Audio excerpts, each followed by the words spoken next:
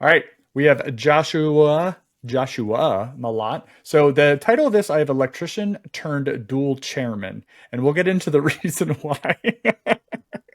I know you hate that, but we're going to talk about why. So I want to run down quickly through your CV, and I want to ask you a question. So I have electrician, project manager, company president, dueling chairman, one because of Legacy Services Group and Yep. BlackLine Ltd, podcaster, positive voice and influence for the skilled trades, and honesty driver. So when I say all of that, Wow. what does that make you think about all those achievements? Well, are you sure you're talking to the right person? Um, uh, yeah, I don't know that I would call them achievements because I don't think they're achieved until we're dead. Ooh, I mean, as far as when you say honesty driver, honesty is important to me, and that's probably paramount over everything else. Um, and none of those things feel like achievements to me because you have to fight every day for every bit of them. And mm, I heard someone say once, if you don't get up and fight for it every day, someone else is going to take it.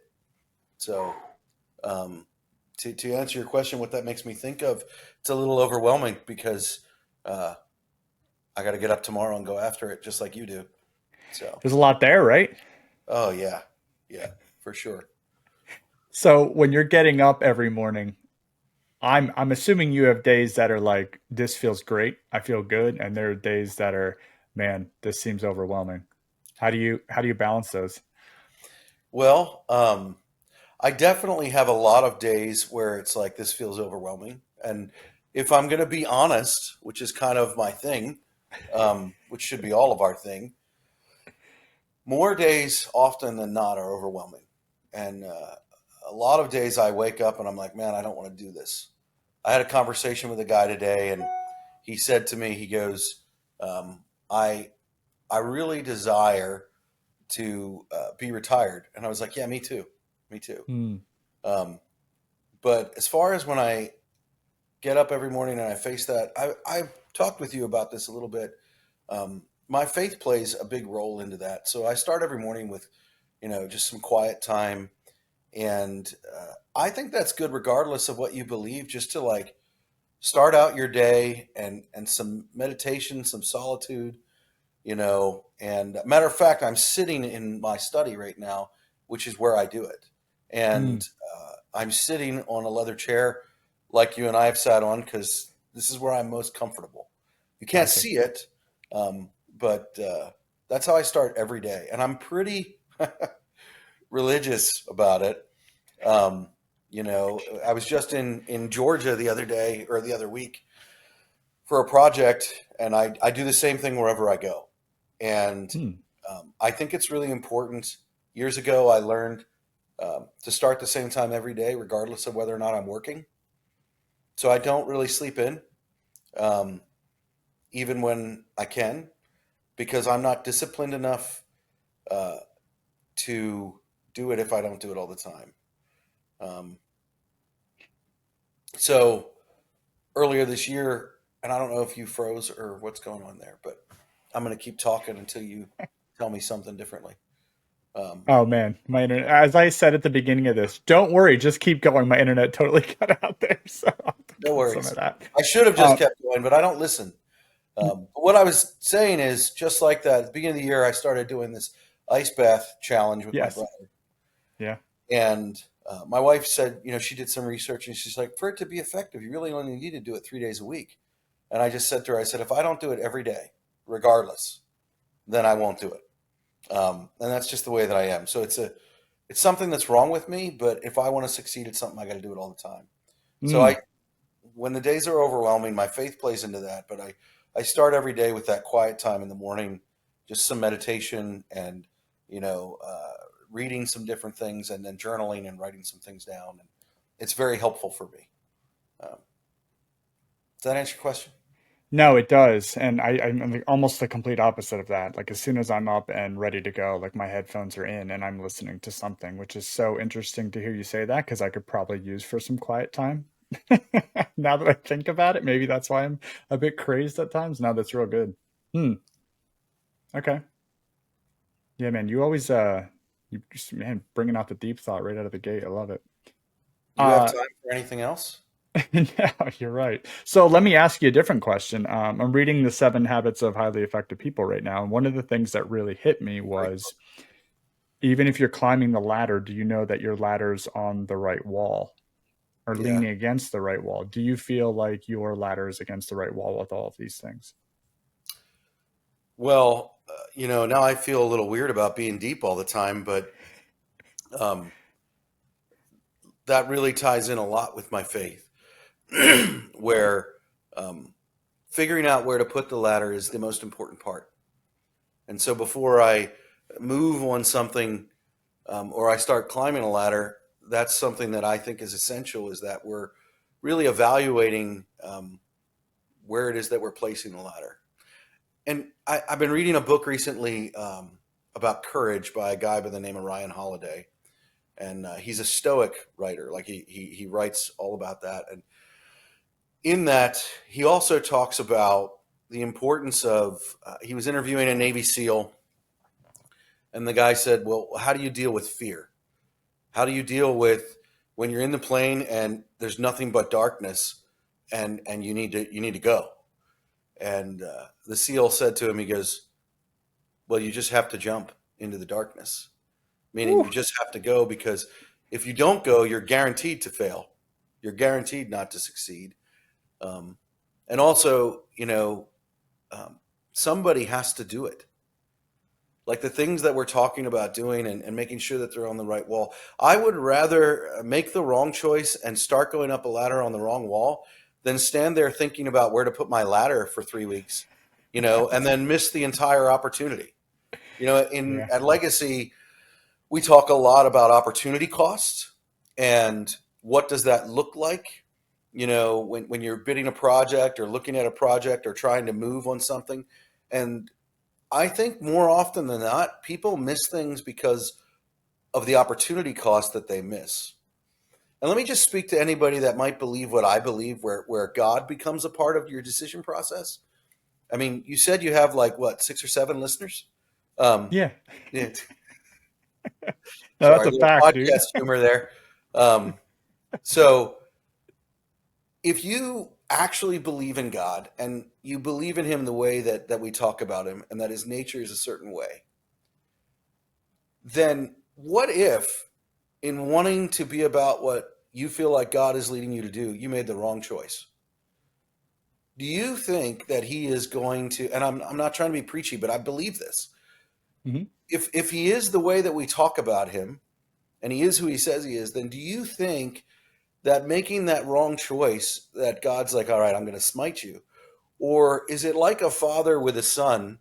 My son the other day went out, and we have this cut flower farm on our property, and he went out to work and he made a mistake and he got up at 5 a.m. and went out to do this work because he wanted to do the right thing, and he destroyed the one row. Like it didn't work out well.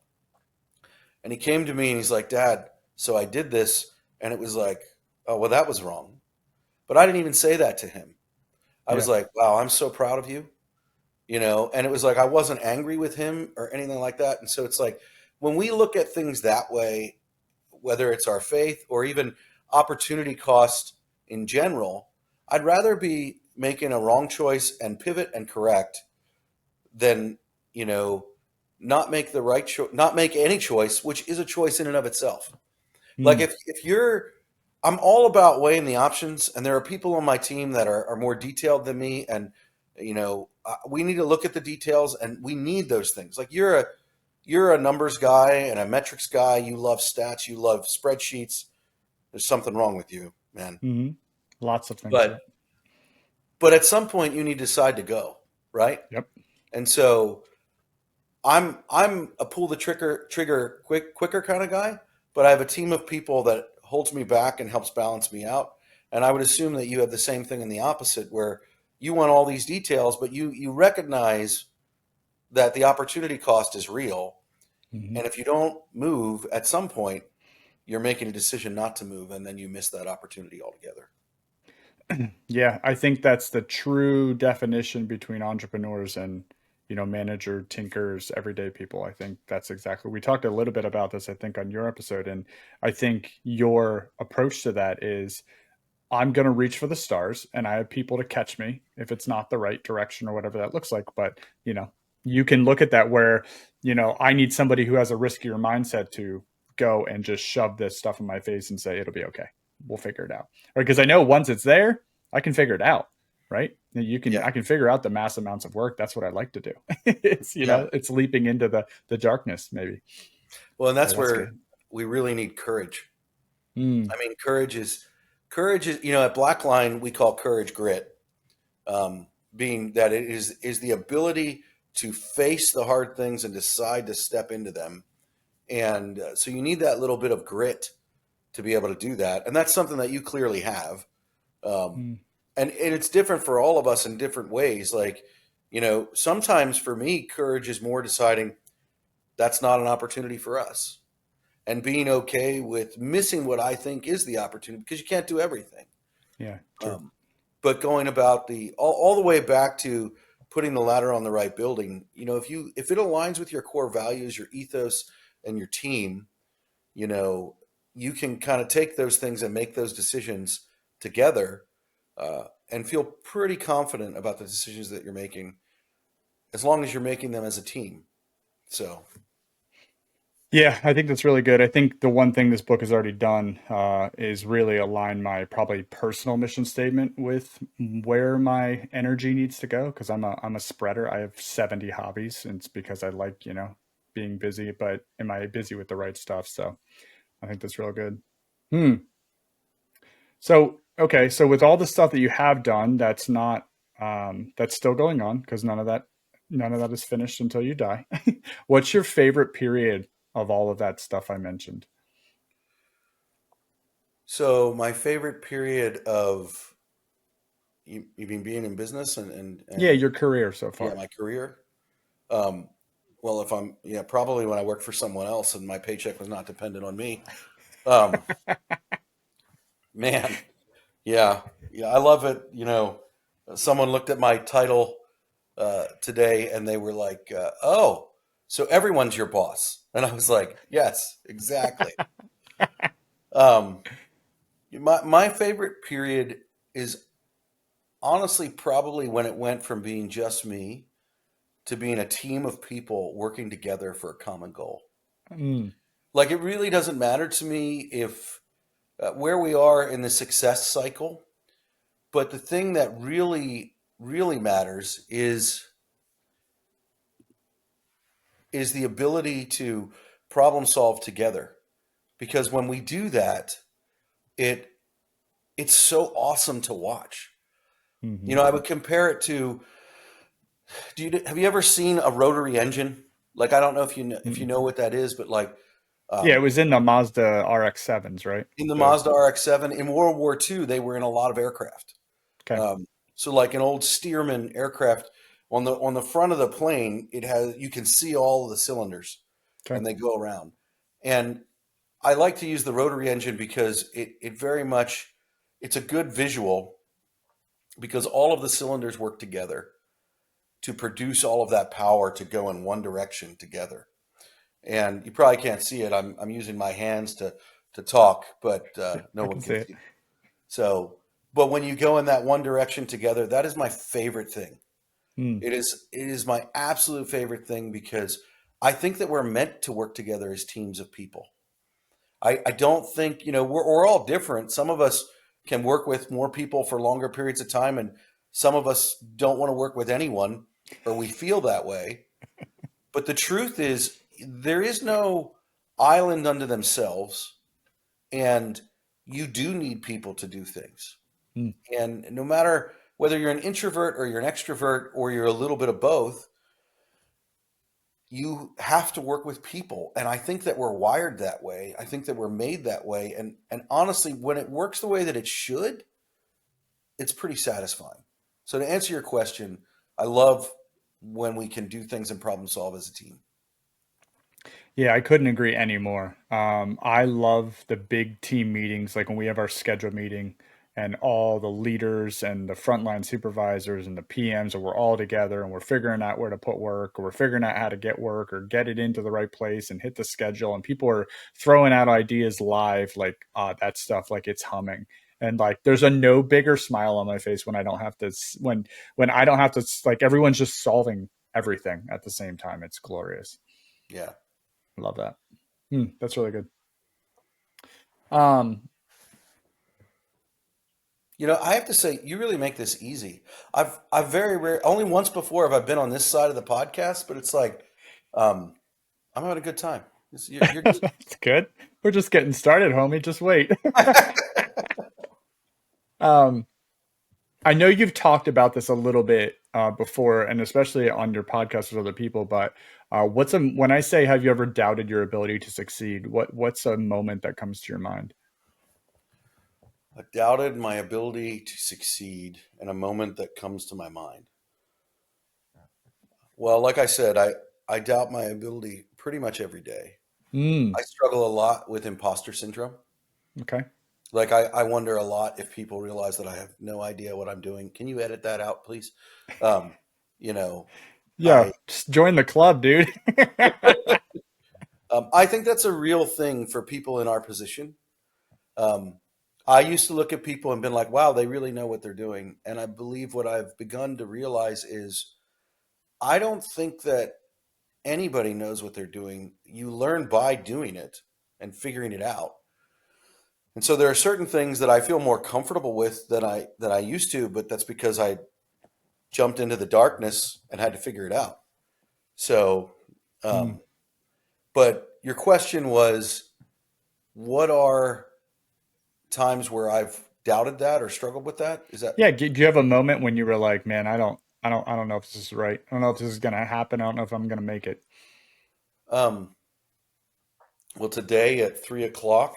No. Uh, I mean, I can remember vividly when I made the decision to quit my job and go do this for the first time. Yeah.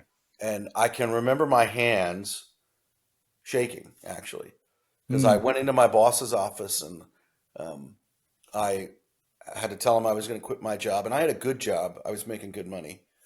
And um, that moment when I left his office and I was walking out to my car, I still remember what it felt like to walk across the parking lot. And it's the moment when I jumped out of the airplane in the darkness. Mm. And I was just starting to drift into the darkness of fear, like that Navy SEAL said.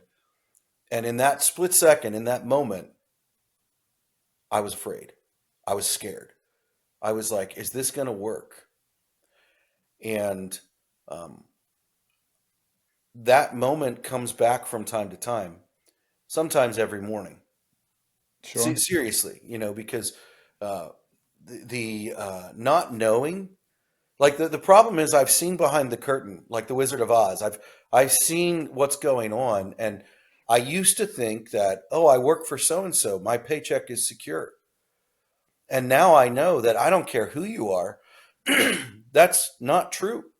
Right. Like it might be for a time, but you know, whatever business it is, it needs to be bringing resources in. It can't pay payroll indefinitely without being in the black. And that only happens by continuing to go out and get the work and drag it back home.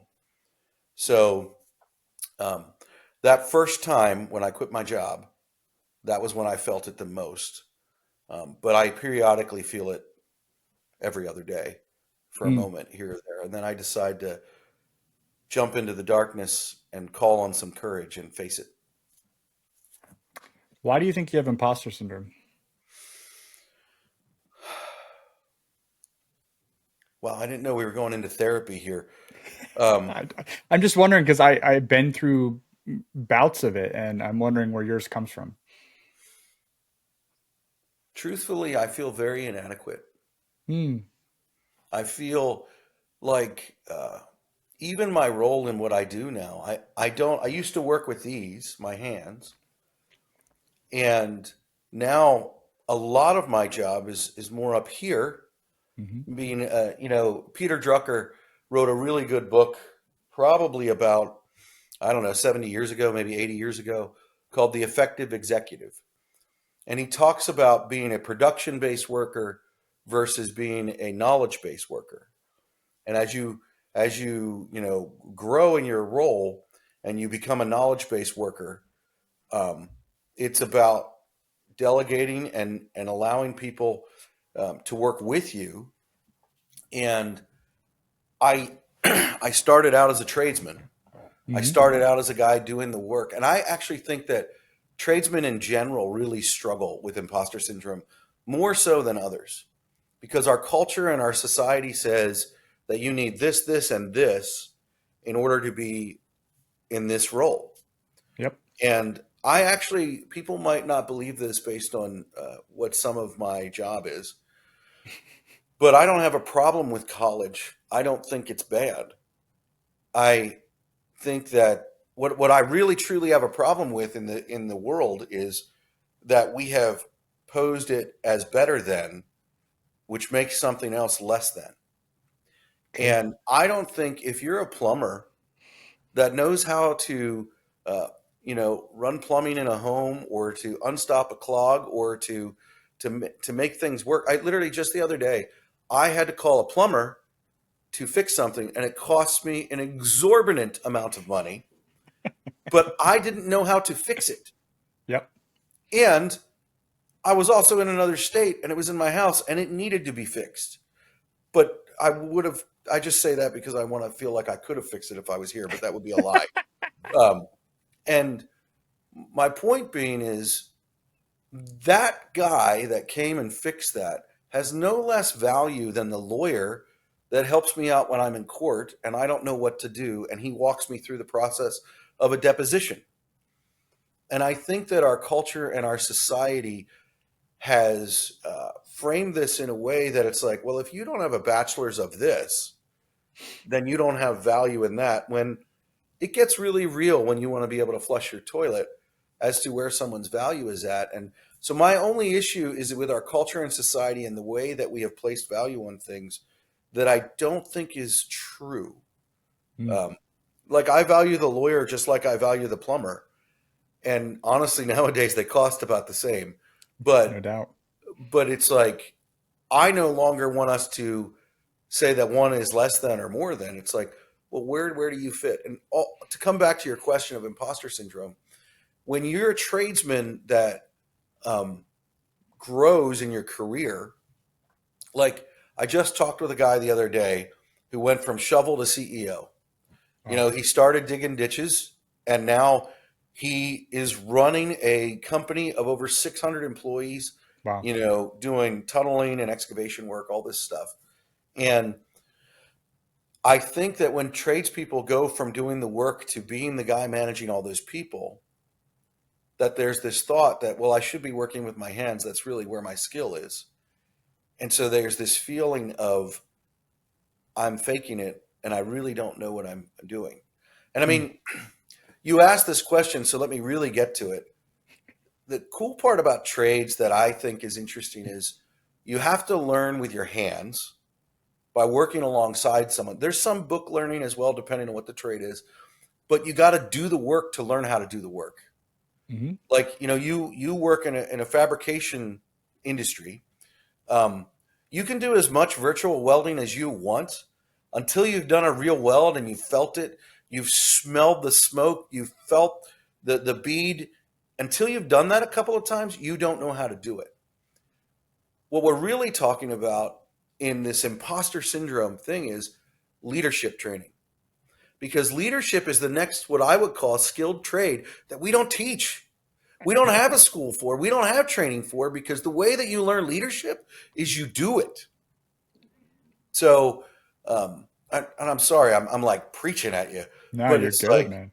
the the truth of it is, leadership comes by doing, and a lot of doing it wrong.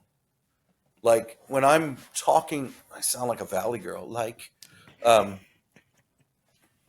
when I'm talking with people that I look at, and I'm like, I was talking with the president of a construction company the other day, and he was deeply struggling with imposter syndrome. And he's like, I am just not the guy for this. And he named like three other people in their company. And he's like, they're better suited for it. And I'm like, but you're the guy because you're in the role. Mm. Like you're in the role. And so do the role. Do the role that's in front of you. Don't pass that on. You have that role. You're leading these people, and so a lot of times too, we want things to work. You know, 1 + 1 = 2, and that makes sense to us. Sometimes, and I don't want to get into anything political here, but sometimes in business, 1 + 1 doesn't equal 2. You know, and we don't know what the solution is, but we got to figure it out, Sure. and that can be difficult if we haven't done that before. And so, yeah. Do you think so? You mentioned about someone coming through the trades and then moving into leadership, and as they climb that ladder, that being very difficult. Do you think someone who went to college for a degree and does something that's completely different, so it's it's starting over in a sense, but you have the skill set of, I don't know, reading, writing, all the Well, core just so you classes you know, in the trades, we do know how to read and write. I mean, I just want to get you to No, know I that. know that, but I'm saying the skills you're bringing don't align with. I feel like you could also, because I mean I was a biology major, right? I'm Yeah. doing nothing what I'm doing now. Not even right out of school. I had nothing to do with it. It just I knew how to use Excel, right? And then I used other skills that I had to figure it out from there. So I think it's not just a trades thing. I think you have a lot of that where people don't go into what they were supposed to per se by degree, and then they're starting over, in that whatever that next phase looks like. And so you're asking me what exactly? I don't know if I'm asking anything. I made a connection to that from, when you say when you're going from, because Brian told me that too. He said when I had to go from doing Right. into doing less and doing up here, right? He said that, like that, I hear that all the time. What you said, that is such a huge struggle. I noticed that too when I went from building schedules, which is not the same. I didn't really use my hands; I used my fingers. But I was still building something, and I was able to be my own person for 8 hours a day with headphones on. I didn't have to talk to anybody else. And then you go into this where you have to collaborate and work with a bunch of things and I'm with you, that leader. It's the thing I tell all of the people who go into a leadership role at SWF. I said, you are now walking into the hardest thing you'll ever have to conquer, because you now have to work a skill that you probably have never really had to work before. Like you've dabbled in it, but I mean, like, I'm going to test your people skills, because you have to watch how you talk to people. You have to know all your people and what they're into. Like, you got to, and that's going to change, based on their life. Yeah. Yeah. Well, and I would say I think that you're right. I don't think it matters whether it's the trades or whether you're coming from college to the trades or whatever it is. I personally think that whatever you're going to do, whether it's go to college, whether it's go to into a trade, um, there's a couple of things that you need to be successful. And the first is you need to understand that there is nothing in this planet that is worth having, or there's no success that you will achieve easily. Mm. There is no easy button. Like, remember the old Staples commercials where Oh it's like yeah. you push the easy button? Where are I they now? literally was so frustrated yesterday and had one of my moments where I'm like, I don't want to do this anymore. And I said to the guy that I was on the phone with, I was like, why can't it just be easy? And then I heard the words that I say to my sons. It's like nothing in this world is worth it if it's easy. And so if you come into anything and you apply the work hard mentality where you give it 110%, and it covers all of the fields, whether we're in sports, whether we're in college, wherever it is. Listen, here's the deal. I want to hire someone who works hard. I don't care what your degree is, if it's biology, if it's photography, if it is, I don't know, Crayola crayon building. I don't know. Yeah. But I want, if you work hard and you give it your all, I want you on my team. Because that is the biggest thing that I think that you have to overcome as an individual and be willing to do. And that is go after it with everything that you've got. Because if you do that, then you will be successful.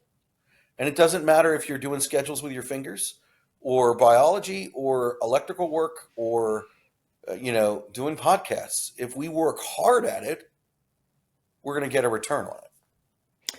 Yeah, no, I totally agree. Going back to earlier about the trades, like I have so much respect for it because I've traveled all over the country, dealing with all different trades, union, non-union, all over the place, all different states, and I'm so glad I'm so mechanically deficient. It gives me such a respect for everything across the gamut. Like, only thing I can work on is like my lawn, like sufficiently. Like that inside the house, I'm a joke. And so, like, when I watch what people can do just by taking a moment, planning, understanding what they need to do, coming up with a plan, visualizing the solution, like that all blows my mind. So, like, I never have to like sit back and go like appreciate anybody for what they do in the trades because like I've seen them all. I've worked with tons of people all over the place and I'm like, holy shit, like they can do so much that I can't. Like, should I even be in the same room? Right. And I think that's where we got lost with we don't appreciate no matter what you know, you need Yeah. to understand that you're going to learn something from someone else just because Yeah. of their life experiences. Like if we get back to that shit, we won't have this problem anymore. No, you're 100% right. And I, yeah, I agree 100%. Okay. I have a little roles reversed Oh going on boy. right now. So at this time in the podcast, if you've listened, so I'm stealing from the Line podcast. Tell me a time when you learned a lesson from one of your failures. Wow, this is different. This is really, like I said, the other side is easy. You just ask the questions. Like I have to answer truthfully and honestly. That is annoying. Um, That is annoying. yeah. So a time when I've learned from a mistake that I've made. That's what Hmm. you're asking me? Yep. Um, all right. So I say this all the time to people, and I don't know if I say this on air or not, but Hmm. the more it hurts, the better it is. The more Ugh. the more you learn from it. Um, Ugh. so I will tell you one. Huh, I'll tell you one that hurts a lot, and it Okay. even hurts to say it now. But I used to react in a way in leadership when people would make mistakes that was crushing to them. Hmm. And I didn't learn it quickly. I had to go through some people. Hmm. There's no doubt people that no longer work with me that if I would see them again and if they're listening, I'm sorry that I had to learn on you. And it's what I mean by that is I didn't know how to treat them as I was growing and learning to be a leader. I didn't know how to react to a situation and quite honestly, uh, have grace for when things failed and be able to react in a way and be like, okay, well, how do we learn from this? Um, what I've learned from that and through that pain of losing people, because I lost them because I didn't deserve to have them based on the way Hmm. that I treated them. Woo. Um, but just today in our office, a guy made a mistake. 10 years ago, I would have reacted in a way that would have made him feel like shit. Hmm. And he made a mistake. But I have learned from that mistake that I made over the years. And this guy is a great guy. 98, 95% of the time, he gets it right. Yeah. Beautiful. But That's there's five that percent error, 5%. man. Yeah. Yeah. It's just, sometimes that 5% costs a lot. Yeah, of But course. but who doesn't make mistakes? There's Everyone. nobody that doesn't make them. And it's like if you look at the overall heart of a person, and that's a part of dealing with that, well then it's like, does he make that mistake all the time? Is this a repeat thing? No, no. Is he one of the team that's willing to do whatever it takes? Yes. He would stay till midnight to fix his mistake. But I've learned not to allow him to do that. And so, one of the biggest things that I've learned overall is just having more grace in how I handle those. So today, when that happened and he came to me with the mistake, I just said to him that it's okay. Inside my mind, I was losing it, but I've learned to keep that calm so that I'm not reacting in a way that uh, I'm shredding him in the moment. Mm. And then I do this thing where I just wait now, where I'm like, okay, I don't need to tell him what I think in this very moment at this time. I need to let it play out, see what we're going to do, and that always fixes it. I don't want to say it fixes itself, but it gets me to a mental place where, yeah, exactly, where my level comes down, and I'm not being as reactive. Then I don't think we ever should be reactive. I think we want to be responsive, and so it's like, Ooh. when a situation happens, you want to respond to it, not react to it, because when you Yeah, react, that totally. means that you didn't think about it. It's like an involuntary muscle spasm or something like that where you're reacting to it, and so your reaction could be totally the wrong direction. Where when Yep. you respond, it's like you're calming. I heard a guy used to say, slow your roll, man, slow your roll. And so you slow your roll to a point where you can actually just respond, and then it's effective instead of crushing.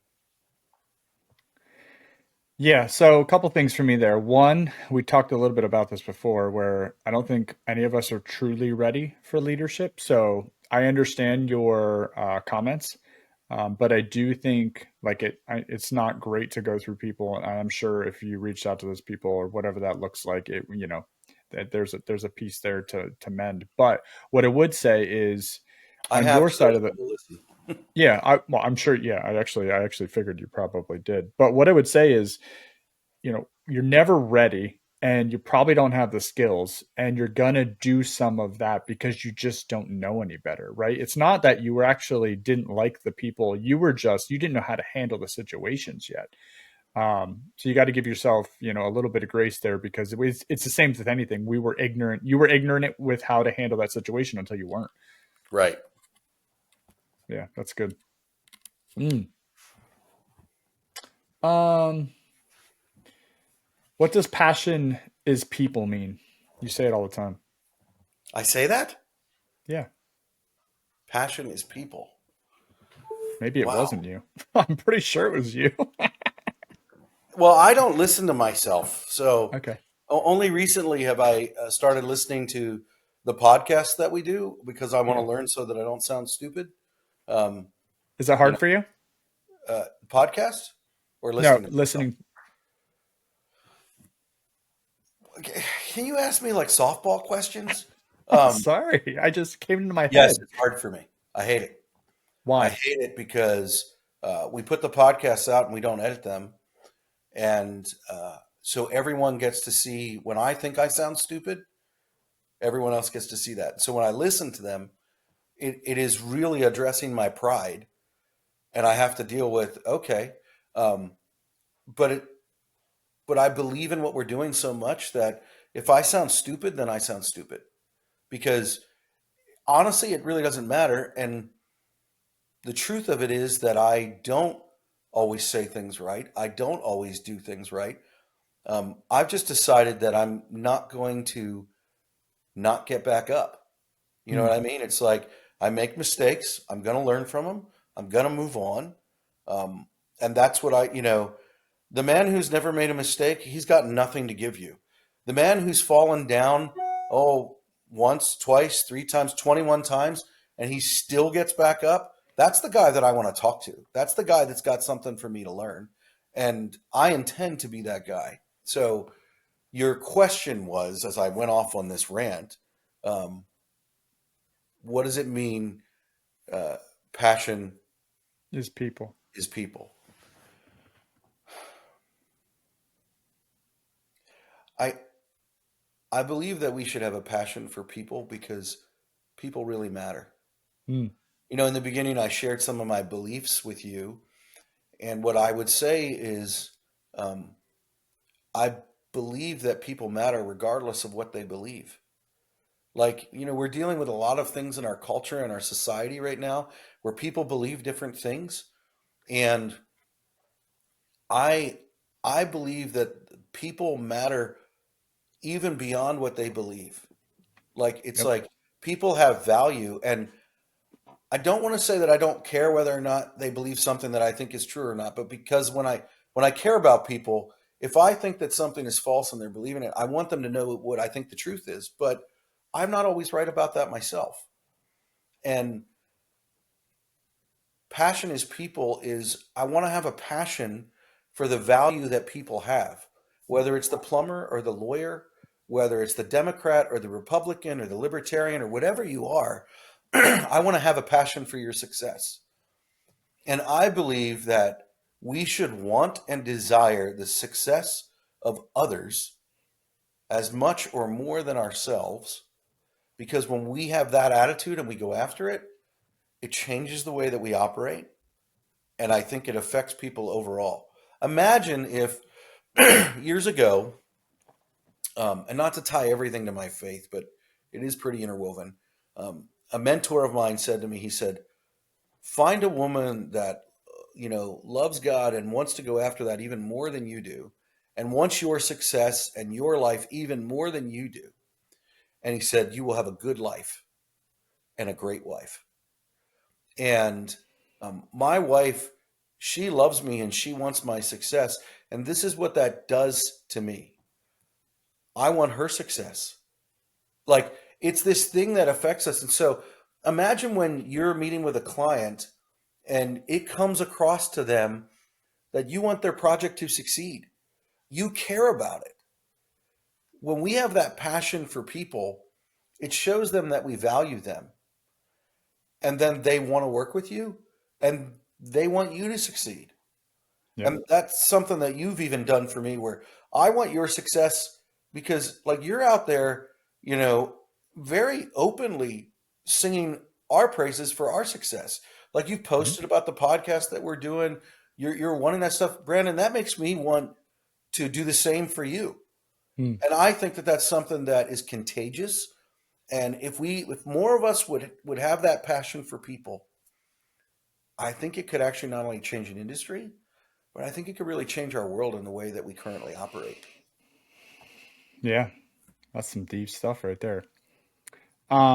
No, I totally agree. And I don't think I always had that mind. I know I didn't, I shouldn't say I think. I know I didn't always have that mindset. Not so much that I had to step on people or anything like that, but I don't think I was as intentional with people as I could or should have been prior to even maybe up to last year.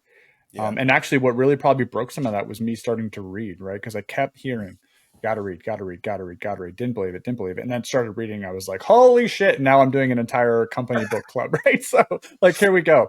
But back to you saying about you don't like listening to your podcast, all of those mistakes is what makes you relatable. So, you know what I heard? People, what? You know what I heard? What? All of those mistakes. So it's like Brandon has a list. I mean, I'm just messing with it. Just messing with it. No, but people don't want to listen to perfection. They don't want to listen. It's not relatable. It's not realistic, right? It's if you cut everything out and edit everything, and then you have social media as it is today, right? Oh, So authenticity and just being and talking the way you do and laughing and having fun, whatever that looks like. Not everybody's going to like it, but you're not after everybody because there's plenty to go around. So who gives a shit? Like I agree.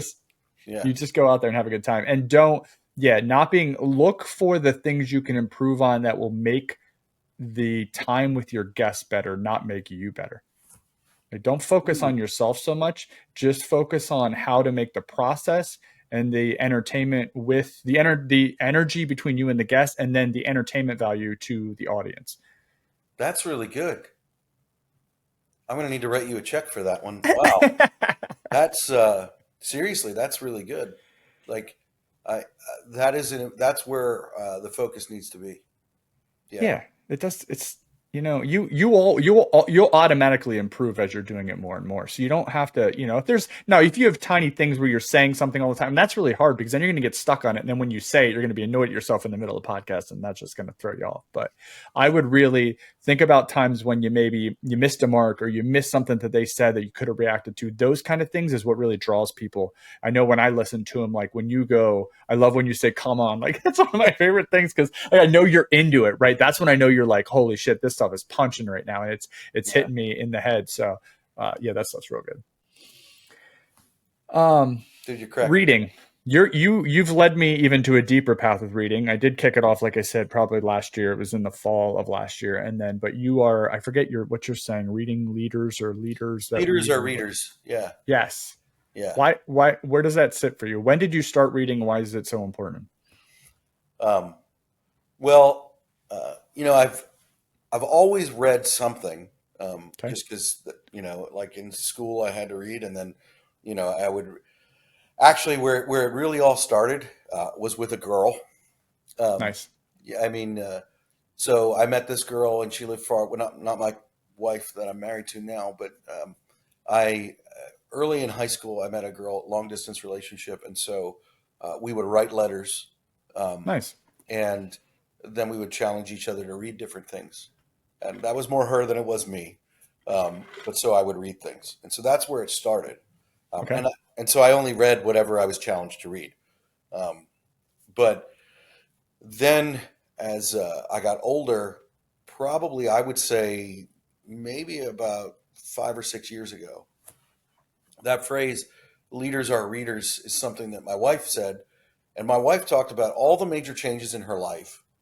Because, we would talk about different things, and we would be like, well, what has made us different when it comes to, our history, where we come from, where different people have different paths and we grew up with the same things. And so my wife said to me, she said, well, the biggest thing that changed my life was reading, because I Mm. would learn from other people and I would see things from other people. And so when my wife talks, I listen. And so she said that to me, and I was like, huh. And so then I started to get my hands on some different books, and I started reading. And then it really changed my life when I discovered Audible, Yep. because when you read a book, you have to sit down and you have to open it up and you have to read it, which I love to do now. Um, but it's kind of like coffee. You know, I didn't used to drink coffee when I was younger, and I drank it to look cool, and I thought it tasted horrible. And now I'm addicted to it, and I can't stop. So, reading very much was like that for me. I was like, I don't want to take the time to read this or whatever, and now I'm addicted to it, and I can't stop. Like I'm currently, and I don't want to make this sound ridiculous, but I typically read about 5 books at a time, and um, I know I it watch sounds ridiculous. 5 TV shows at a time. That tells you how different we are. Well, and it might take me a few months to read those, but It's brilliant. I'm usually listening to, like, maybe three of them, and then I read a fiction book for entertainment, and then Yep. uh, I actually have a book that I sit down and I refuse to listen to, and I will read it from start to finish all the way through. That might take me an entire 7 months to sit down and read that book, but it's like I don't want to lose the ability to read with my eyes, Yeah. um, and because you get lazy if you don't do something. Mm. So years ago, my wife drove me to that, and as I continued to read, that was where I learned things that helped change my life, like especially in business. Like, who wrote? I think it was is it Jim Collins' "Good to Great." Hmm. I still remember where I was when I heard through my headphones. Get the right people in the right seats on the bus. It's like, and there are these nuggets of things that I talked about Peter Drucker, who talked about being a knowledge worker versus a production worker, and I think that those things, when you read, they're really. Jim Collins also in Good to Great. I love the story about Kimberly Clark. When you go into the bathroom and you use paper towels or whatever, it says Kimberly Clark on the thing that holds the Yeah, paper yeah, towel. yeah. Yeah, their CEO, when he would have a problem and he couldn't figure out the solution, he had a farm, and he would go out and he had this tractor and this giant pile of rocks. And when he was thinking and processing something, he would go out and he'd take his tractor and he would move rocks from one end of the farm to the other end of the farm. And when I have to make a call or I have a problem that I need to solve or whatever, I started to implement not that exact thing, but the guys in the office, literally, we have this in and out board thing, and there's an out for me that says, he's on a walkabout, Yeah. because my cognitive thinking works better when I'm walking. So if I'm on a really intense conference call, you can almost guarantee that I have a set of headphones on and I am walking either, at our old office, there was nothing but fields. And so I used to walk out of the office and I would just walk out the field. It looked really weird. The neighbors are like, what, did he lose it? They're like, but so I implemented something like that CEO from Kimberly Clark did. But all of that has come from reading. And so the more that I read, whether they're books that align with my faith or they're business books or they're historical or whatever they are, I like to read things that I can get something out of. Yep. And I really love it to read something. My wife thinks this is funny, but I love to read something that was written over 100 years ago and still applies today. Yep. Because I'm a big believer in that there's nothing new under the sun. And so when you read a principle or a fact that someone put pen to paper 100 years ago and it still applies today, that's pretty amazing, you know. Yep. And some of the greats with that are How to Win Friends and Influence People, Dale Carnegie. Yep. There's Peter Kine wrote a book called The Go-Getter. It's like, I don't know, a quarter of an inch thick, maybe a half an inch thick. It's really tiny. And I give that to new members of our executive team because I want it's all about this guy that's given an impossible task. It's totally a fiction book, really short story. But if you ever read it, you'll understand what it means to go get the blue vase. And I'll send you a copy so that you can read it. Okay. Thank you. But I can buy one too. it is all about. Just send me the name. Well, I wasn't sure if you were struggling. Didn't know if I needed to buy you a copy. So, but it's all about being a go-getter, and it was written well over 100 years ago. Wow. And so I think those things are phenomenal for us. So probably about 5 or 6 years ago, I really started to lean into reading, and I do it because it's changed my life. And all right, I'm not going to keep preaching on this, but I'll just say this. You asked me about a mistake, and I told you how I grinded people. When I read, it has helped me learn things without learning them at the expense of others. Woo! So Nice. Come on. that's the truth of it. That's the That's truth. good. Yeah. Ooh, that's good. Okay. I can hear myself. That's good, right? You should be able to hear yourself. No, no, I mean, I can hear myself on your end, I think.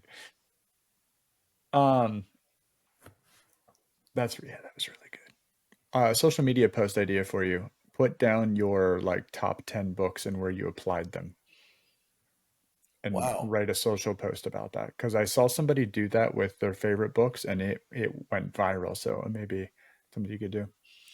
If I do that, will you like it and reshare I'll steal the list, bro.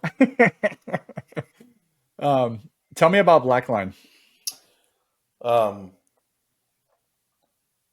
Tell you about BlackLine. Okay. Well, you talked about dueling chairman roles, and so I am the Mhm. chairman of Legacy Group, which owns an electrical contracting company, a security company, and they also own BlackLine.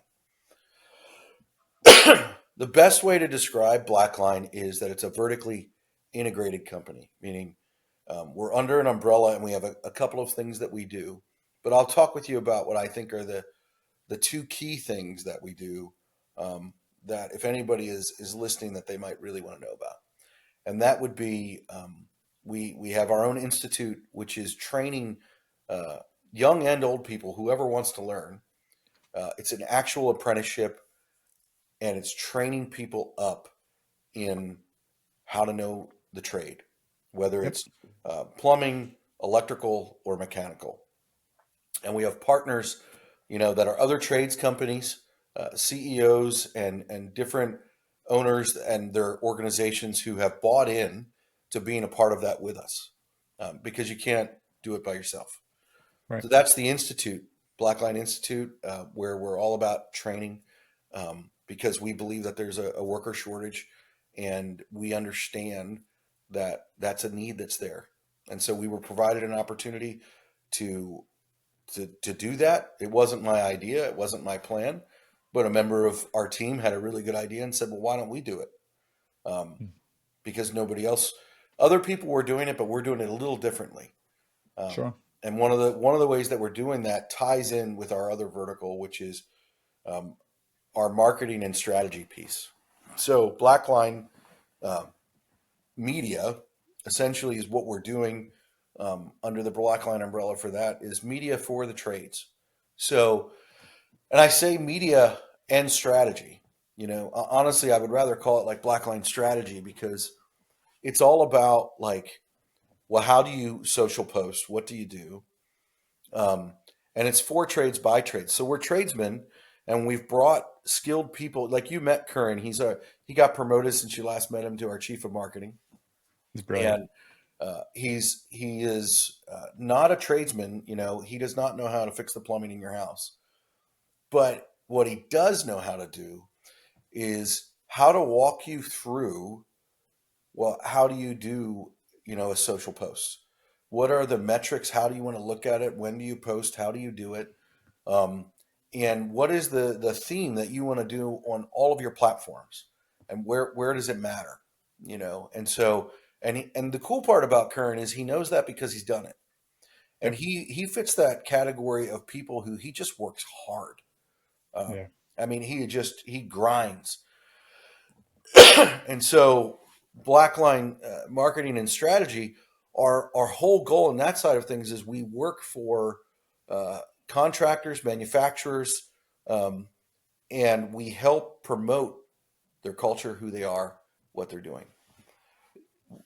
I'll put it to you this way: if you're wanting to hire an agency to promote your image, then you shouldn't call us. But if you're wanting to hire a company to communicate your reputation and who you are, then we're the company for you when it comes to that, because we believe that promoting image is not what you should be after, because image is fake. Image is a facade that you cover over something. Reputation is who you are. It's something that you've built and are building at all times. And so when we say we want to be real and authentic, one of the biggest things, I've hired agencies, which is why BlackLine exists, because, and if you work for an agency and you're listening to this, I'm sorry. But as a tradesman, um, we've hired agencies, and it's like we don't want to hire someone to promote something that looks this way or that way. If it's not real, if it's not true, if it's not what it is, then we don't want to market it that way. We want to market the reality, because as a tradesman, you know pretty quickly if someone is full of it. As Mm. you said it a couple of times, and I want to get my curses in for the podcast. So if they're full of shit, you're going to know it right away. And Yeah. so, um, and I always say, tradesmen can sniff out bullshit quicker than anybody else. Um, I think anybody can if they're looking for it. Agreed. In the trade world, we can, like a welder in your facility is going to know if I'm talking about welding pretty quickly what I know and what I don't know. Yep. That's where it gets noticeable. And so we decided in our world, we wanted people who understood marketing, but also understood the work that we do. Mm. We have a client that we promote their tool belts. They manufacture all sorts of tool belts all over the country. Dropped on Monday. What'd you say? Just Yes, dropped yeah, on Monday. I forgot. Yeah, and so they're one of our clients, and when they reached out to us, they said they had hired an agency, and the agency put a tool belt on a carpenter doing finished carpentry, and it was a rough carpentry tool belt. Ah. Meaning, and if you don't understand that, finished carpentry is like fine detail work. Rough carpentry is let's get the walls built and get it done. Yep. Um, and so the agency didn't understand or know the trade. And there are good agencies out there. But listen, if you're wanting to promote something that's not in the skilled trades or manufacturing or something like that, I'm not saying we won't do it, but we are highly focused on lifting the view of the skilled trades. And so you might want to hire us, but if you're not wanting to promote the reputation and you're not looking to build something good, well, we don't want to promote that. And Mm, we're not gonna fake it, which is something that I think agencies and, you know, owning a company or being a part of a company where we're filming all the time has 100% ruined movies for me, and I love movies. And the reason why I say that is it is one of those things where when I watch a movie now, I know what's going on behind the camera, and it's like um, the deal is you have the ability to position a camera and only show this. And it's okay to do that as long as you're showing the truth. But it's like, if we're promoting this and that's not the reality, then we don't want to promote it, you know? And so that's why we really understood. love when we align with companies where, they're like, we want to promote our culture because that's going to attract new people. I am right there, man. I want to be there and I want to promote it to the highest rooftops. So BlackLine, has training that we're involved in, and we're also utilizing a video and whatnot because in our training because we have the skills to do that. And two, we're also working with people with their strategy about how they present things and making sure that we're getting out there some of the things that people don't realize about the, Mm, the project and the work that's done. You know, that's good. That's really good. I'm Why? really Why? long-winded in case you couldn't tell. No, that's good. Why the name Blackline? Um, so that kind of ties in with our other vertical that I really wasn't talking about, but BlackLine started on a napkin in a bar on a business lunch. And our other vertical that we have is we do design work. Okay. And so basically, um, our electrical company, we had built a reputation, and we were big at working in design build. And so one day, I'm at a business lunch, and a GC that we had worked with a lot said, "We want you to design this project for us." And I said, "Well, that really doesn't fit our niche of what we want to do. Like, we don't want to. We'll design it for you, but we don't want to do the work." And we just were too busy at the time that we could design it, but we didn't have the manpower to be able to do the work. And he was struggling because he's like, well, if you're not going to do the work and your name is on the drawing, no one's going to bid it. Because they're going to feel like you have, Yeah, an understood. inside track. And Yep. so I looked at him and I was like, well, and my business partner had this name that uh, had been rolling around for a while, and it was just kind of on paper back in our office, and it was kind of like, and he would always say that he loved the name Blackline because black lines bring clarity and intention and definition. Woo! Yeah, I know he's really smart.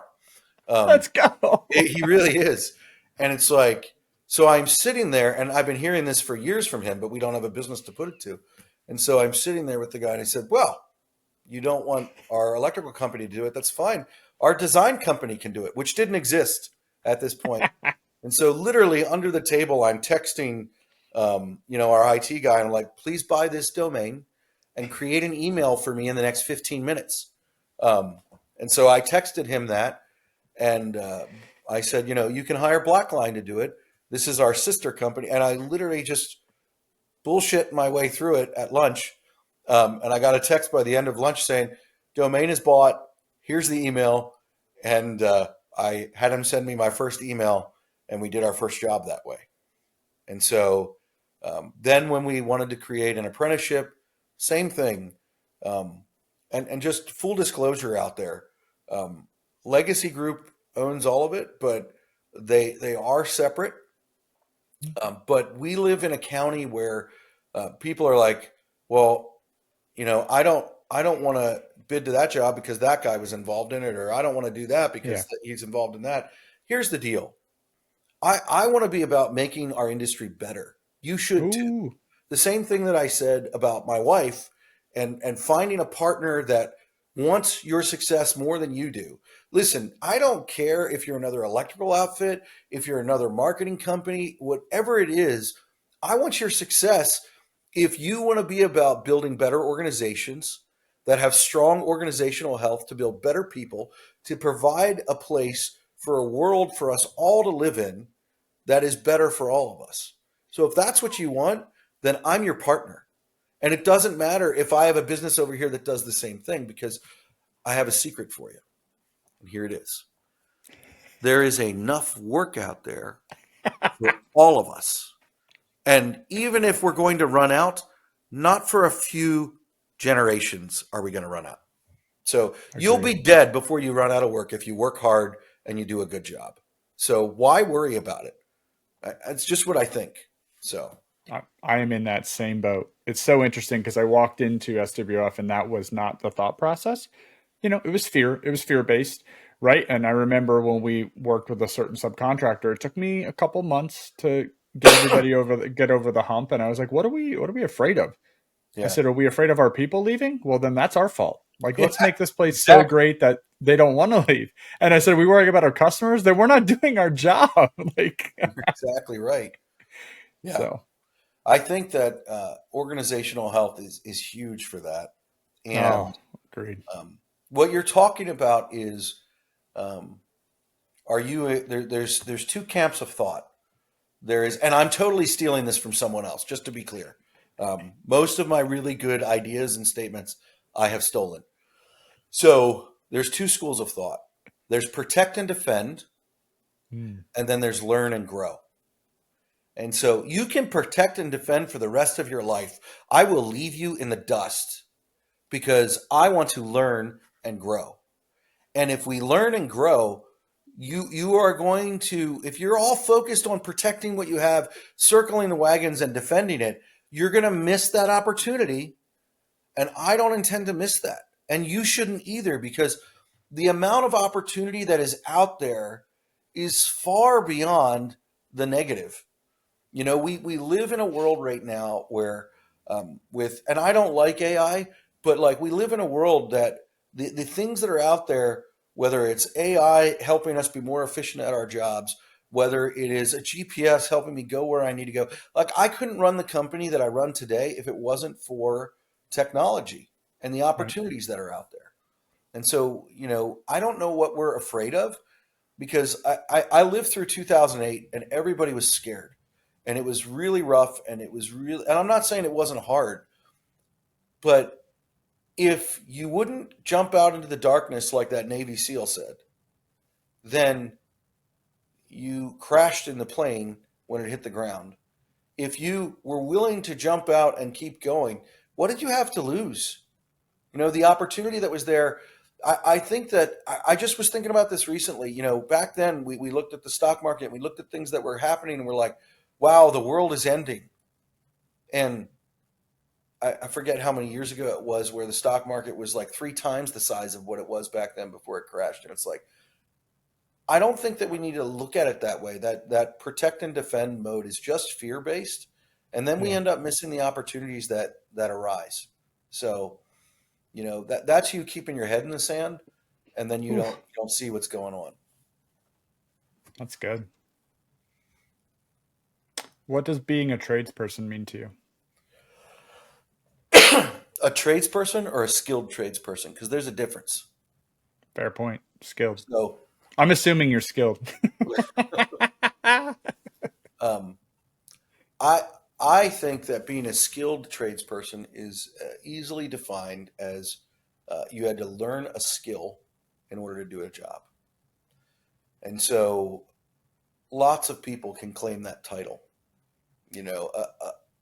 Someone who is a barber, they're a skilled tradesperson. Yep. Someone who is a photographer, they're a skilled tradesperson. That is a craft that they had to learn, and they had to develop that skill. You know, we talked about this earlier. Um, I think that tradespeople in general, if they've gotten a grasp of what it is, they have an advantage on everybody else, and that advantage is they've learned how to learn. And the ability to learn and grow is what a skilled tradesperson is, because um, learning how to grow, being humble, hungry, and smart, um, that comes from being able to be like, you know what, I did that wrong. How do I learn and do that better? And that's what a tradesperson is to me, Hmm. because they are transferable trades. Like, you can learn how to be a welder and decide you want to become an electrician.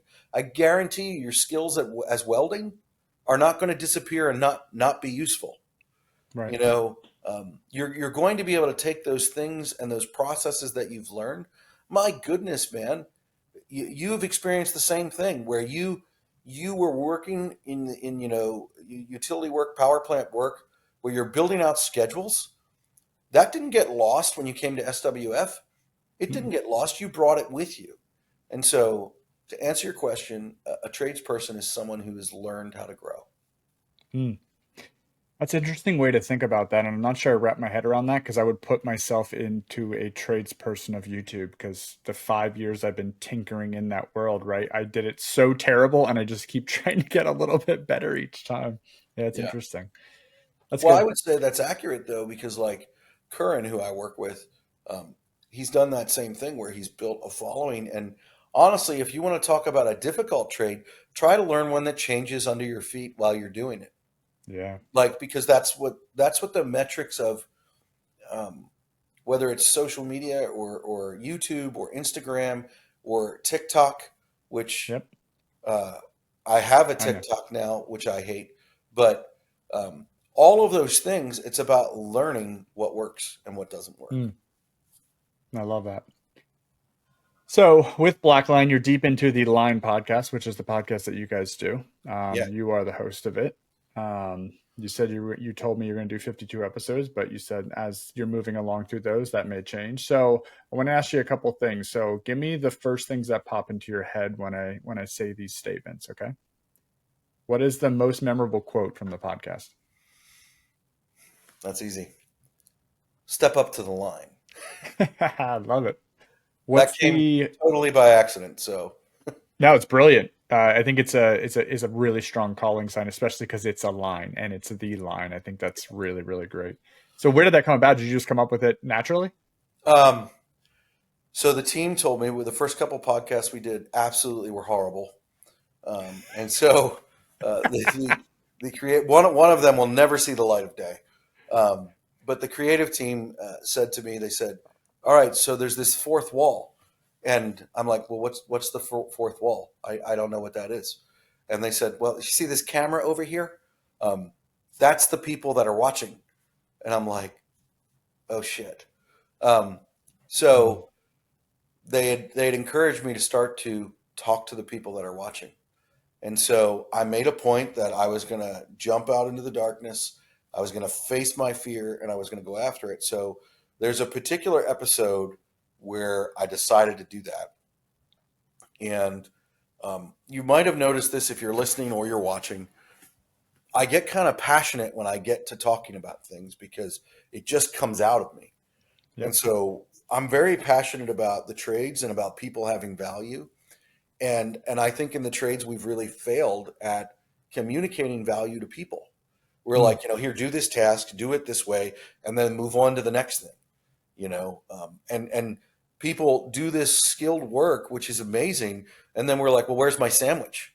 It's like they walk on water, and it's like we're like, that's great. Where's my sandwich? It's yeah. just this thing. So we were doing the podcast, and I started to talk about this this way that we treat people and the problem in our industry with people who want to learn. And you know how many old timers I've had say, "You need to send me experienced help."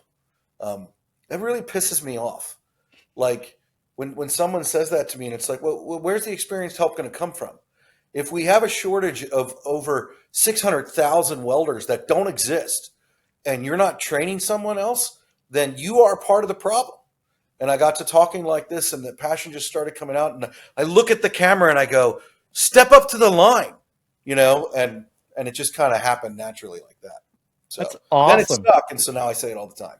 No, it's brilliant. What was your hardest laugh? My hardest laugh was I did a podcast with a guy who I think I was separated at birth from, and um, his name is Carl. I can't say his last name. I'm going to butcher it, but he's a huge YouTuber. Carl Makrowski. I think I said it right. Carl, if I said your name wrong, I'm sorry.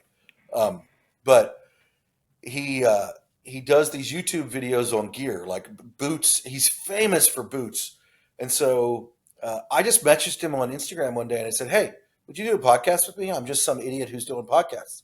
And he's like, "Sure." And we got to talking, and so when we did his podcast, I didn't even know that he was an electrician by trade. I didn't Wow. even know that he went through the same training that I went through. I didn't even know that we were born in the same year. Oh my And goodness. so it was ridiculous. And I love whiskey and bourbon. And I sat down and he hands me a whiskey. And, we're doing this podcast. And it was literally like, I mean, uh, I just felt like it was my best friend that I was hanging out with, Yeah, from birth. And so we just, we talked about different things and just connected. And so it was great. It was great. that's So brilliant. he was definitely now, when I did a podcast with you, we laughed pretty friggin' hard. So that was a lot of fun. Trust me, I am not. I wasn't born. I'm not an electrician, so I get it, man. And I'm Yeah, not you into don't have a bourbon. lot going for you. I know. When were you most nervous? That's easy. So I've done about 3 or 4 podcasts, and Okay. our chief of marketing, Kern Blevins, who I talked about, he is all about, I talked about, jumping into the darkness, jumping out of the plane. Yeah. He's throwing me out of the plane and then throwing the parachute after me. Like he is, Catch this. it is absolutely true. And so we went on this road trip to Dirt World, it was called. And Yeah. he had really pushed me to go on this road trip and to start doing these podcasts. And so, if I ever was a little bit of, I'm not a groupie, I am not a fanboy, I don't watch sports, I like music and things like that, but I could meet Johnny Cash, who I absolutely love, and I wouldn't care. I Sure. just, I don't mean it in a bad, I mean, I'd shake his hand, I think he's a cool guy. People are people. Yeah. And honestly, the people that I get most excited about is when I'm out on the job site seeing these guys do work and I get to talk about them, what they do. And I find that absolutely thrilling. And so, Aaron Witt, who has a podcast called Dirt Yep. Talk, which I've listened to a lot. He's a big deal. Yeah. So I met him and he invited us to Dirt World. So we go to Dirt World and it's their very first huge, like conference that they put on. And man, did they put it on. Jocko, one of the Navy SEALs, a famous Wow. guy, written, what's the Extreme Ownership, wrote Mhm. that book. He was there. He was one of their lead speakers. Just a great conference on leadership and all wrapped around what they call the dirt world. I call it the skilled trades. They call it the dirt world, but it's essentially the same thing. And so we're at there. This is a long-winded answer, but it's good because You're it good. involves me being scared to death.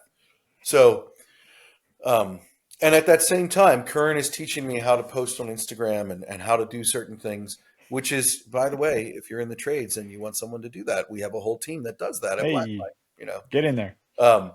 So he's teaching me how to do that. And so there I am, and I'm standing outside the one hall, and I'm pissed, actually, because we were meeting with a possible client in Texas where we're at this conference.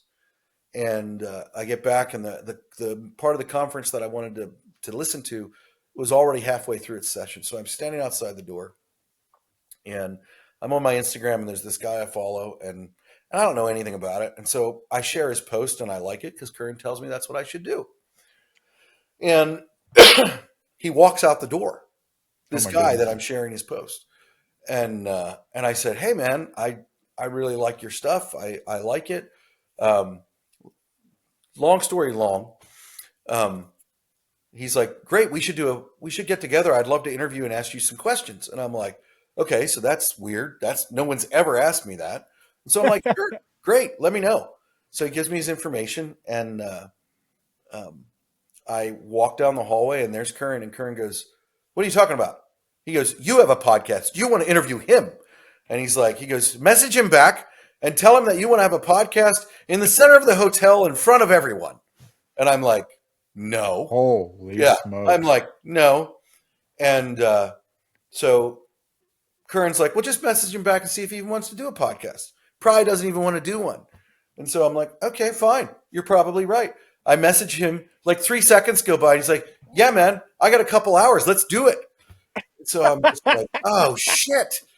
And so I'll never forget this. Um, I am freaking out. I'm like, we can't, here we are in someone else's house. It's their first big conference. And we're coming in and we're going to set up and do a podcast. And so I'm like, I can't do that. And so I'm looking for ways to make it not happen. Yeah. So I said, well, we have to ask permission. And Kern's like, permission? No one asks permission. You ask forgiveness. And so I put my foot down. I'm like, well, I'm the chairman, so we have to ask permission. And so I find Aaron Witt, and I go up to him and I was like, hey, do you have a minute? I want to ask you something. And if you ever meet Aaron, like, he's the closest thing that I would call myself a groupie to. And the reason is he's real. He's not any different than what you hear on the podcast. If anything, he is different because he's more real in person than he is online. And so I love that. And he loves to learn and he loves the industry. So I'm like, hey, just wanted to ask your permission. I'm sure it's not going to work, but I just, Kern is making me ask. I think I might even have said that. I was such a coward. And I said, could we do a podcast downstairs in the middle of everything? And he responds and goes, sure, that'd be awesome. And I'm just like, shit. Oh shit. Oh, shit. And I walk downstairs, and this is the really funny part. Kern was already setting everything up. Of It course was he almost all set up. And so literally, my most frightening moment is I sit down to do a podcast with Marvin Joles of Blacktop Banter. Didn't even realize that he had his own podcast. So he's a professional podcaster, probably had done 200 or 300 episodes by that point. Wow. And then just to make it worse, I had looked at his Instagram and I thought he had 10,000 followers. I was like, that's pretty intimidating. But I was wrong because it was over 100,000 followers. And so I'm just like, oh crap. But Marvin was literally like, I was like a baby podcaster and he walked me through it. He was absolutely great. So Lead dancer. That's amazing. yeah. What a great story, man. Yeah. It's a pretty amazing story for the infancy of the podcast at that time. That was great. Yeah. Good for you. But I was good for Curran for pushing you, man. That's awesome. Well, I'm very glad for that too. To be Sometimes- clear, he's not always right. So if you're listening, Curran, you're not always right. So my next comment was "oh shit" moment, and I'm assuming that's probably in the same category as what you just told. Oh man, that was very much that category. That was an oh shit moment for sure. How about lasting impression? Lasting impression from a person or a situation? Sure. Lasting impression would probably be all the people that I have met through doing this podcast. It has been a great opportunity I've gotten to sit down with people and talk with people that I would not normally get to speak with. And the cool thing about a long form podcast is after about 30 minutes, no one can hide who they really are. The truth comes out and you really get to ask someone questions. And I think the lasting impression for me is all of those people combined. Every single one of them has told a story that I think deserves to be heard. And, I don't want to single anyone out because whether it's the one that I just did last week, on top of a dirt pile in the scorching heat in Georgia, nice. Where a guy talked to me about pouring his investment of millions and millions and millions of dollars into a company training people to do the work, or whether it was, an iron worker from New York who shared with me a story about his heritage and history that I think rivals pretty much anyone in the United States, where he talks about how his, grandfathers or those who've come before him in his family were Skywalkers that were some of the first to set steel in the United States. Yeah. Um, you know, all of those conversations culminate in what I believe this is all about, and that is that Mm, people have great value. And yeah. I think what the podcast does for me is when I was a young man and I'd be driving to the job, I would have conversations with whoever the journeyman or the foreman or whoever it was I was riding with, and I would learn from those conversations. Now I'm having those conversations and we're capturing them, and then we're putting them out there for everybody else to hear as well. Listen, my goal when I'm hosting the podcast is that they don't even know that I'm there. My goal is that you, as the guest, are telling your story, and I am promoting you to the best of my ability. And I'm using my resources, our team, our people, all of that to promote the hell out of you so that people get to hear your story because I think you have something worth listening to. Or I wouldn't spend the money that we spend to tell it. Yeah. It's really good. I think that's been the best part as well for me for podcasting is truly the mission of learning that everybody's going to teach you something. Everybody has a story. I love talking to people about their passions because you want to see people light up. Tap into some of that. Yeah, I agree. Who's your hero? Who is my hero? Um, Boy, there are a lot of people that are heroes to me. Okay. But I sound like the soldier that's dying on the battlefield when I say this. But um, when I was a kid, I used to have multiple paper routes, and my mother would say something to me every day. I never wanted to go do my work. I never wanted to go out in the cold, and my mom would always say, "Joshua, push yourself." And uh, I've watched her live life. I've watched her do things that I think are scary as hell. Hmm.